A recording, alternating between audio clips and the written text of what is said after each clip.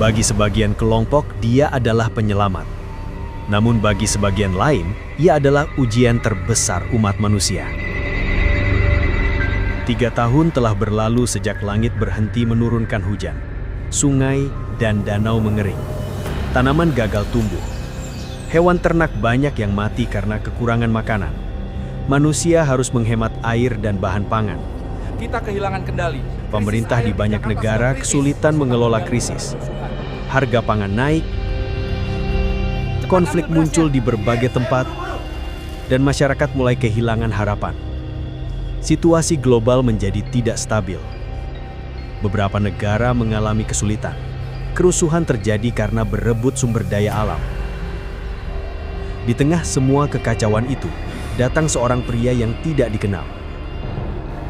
Ia datang dari Khurasan.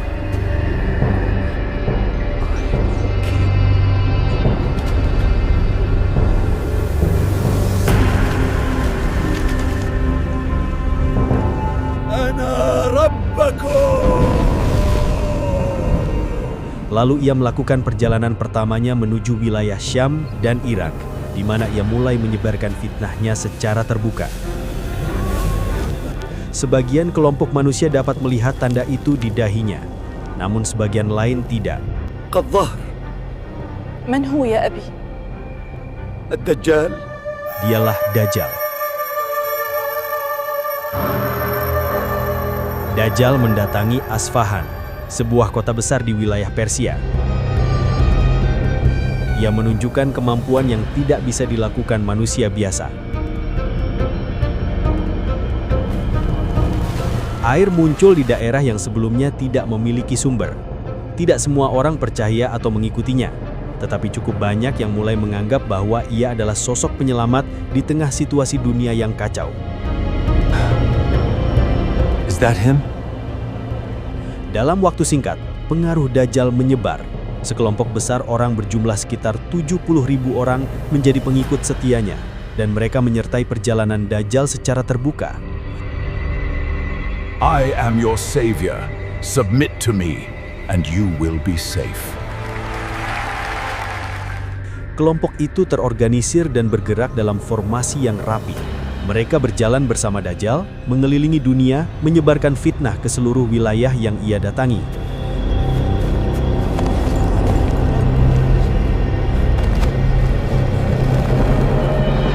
Some people are convinced he is a savior sent to save them.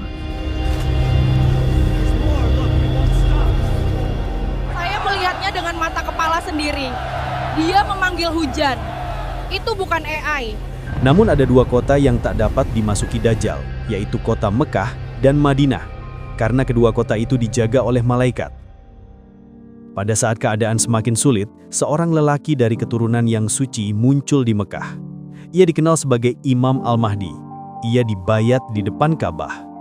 Ia muncul pada saat tekanan sosial dan politik meningkat. Berita tentang Al-Mahdi menyebar cepat ke berbagai wilayah, dan kelompok-kelompok dari berbagai penjuru negara mulai bergerak.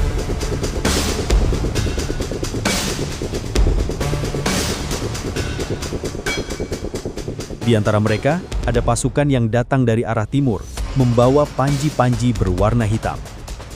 Pasukan itu kemudian menyatakan kesetiaan kepada Al-Mahdi dan menyerahkan kepemimpinan kepada beliau. Dengan kedatangan mereka, kekuatan Al-Mahdi bertambah. Ketika pengaruh Dajjal semakin dekat, Al-Mahdi memimpin orang-orang menuju tempat yang aman dan terorganisir.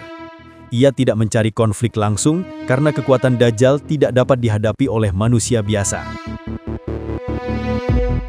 Al-Mahdi dan pasukan Muslim tiba di Damaskus. Mereka berkumpul di Masjid Umayyah, memperkuat diri di dekat sebuah menara putih atau minaret Isa.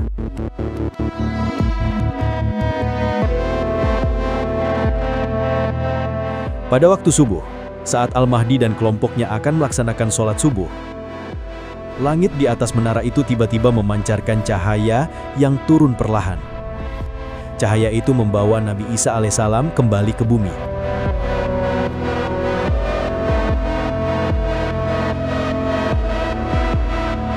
Nabi Isa alaihissalam masuk ke dalam masjid untuk menemui Al-Mahdi.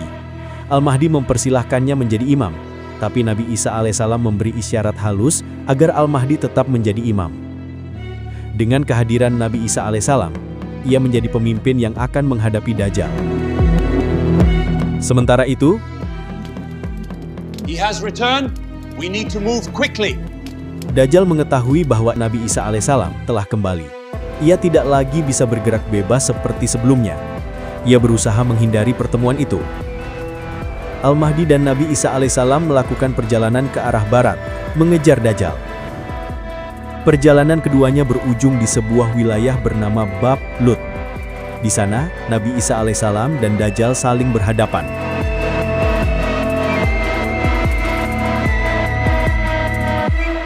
Dajjal mencoba melarikan diri, tetapi dengan kecepatan yang luar biasa, Nabi Isa alaihissalam dengan mudah mengejar Dajjal.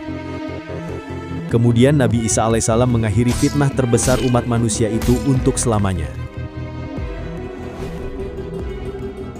Setelah kematian Dajjal, para pengikutnya kehilangan arah. Mereka berhenti melawan dan wilayah yang sebelumnya kacau mulai kembali tenang. Nabi Isa alaihissalam kemudian melanjutkan kepemimpinan bersama Al-Mahdi, membenahi keadaan umat manusia dan memulihkan ketertiban di berbagai wilayah. Manusia perlahan kembali membangun kehidupan yang lebih baik setelah berakhirnya fitnah besar yang ditimbulkan oleh Dajjal. Namun, ujian selanjutnya akan tiba saat tembok besi di antara dua gunung itu hancur.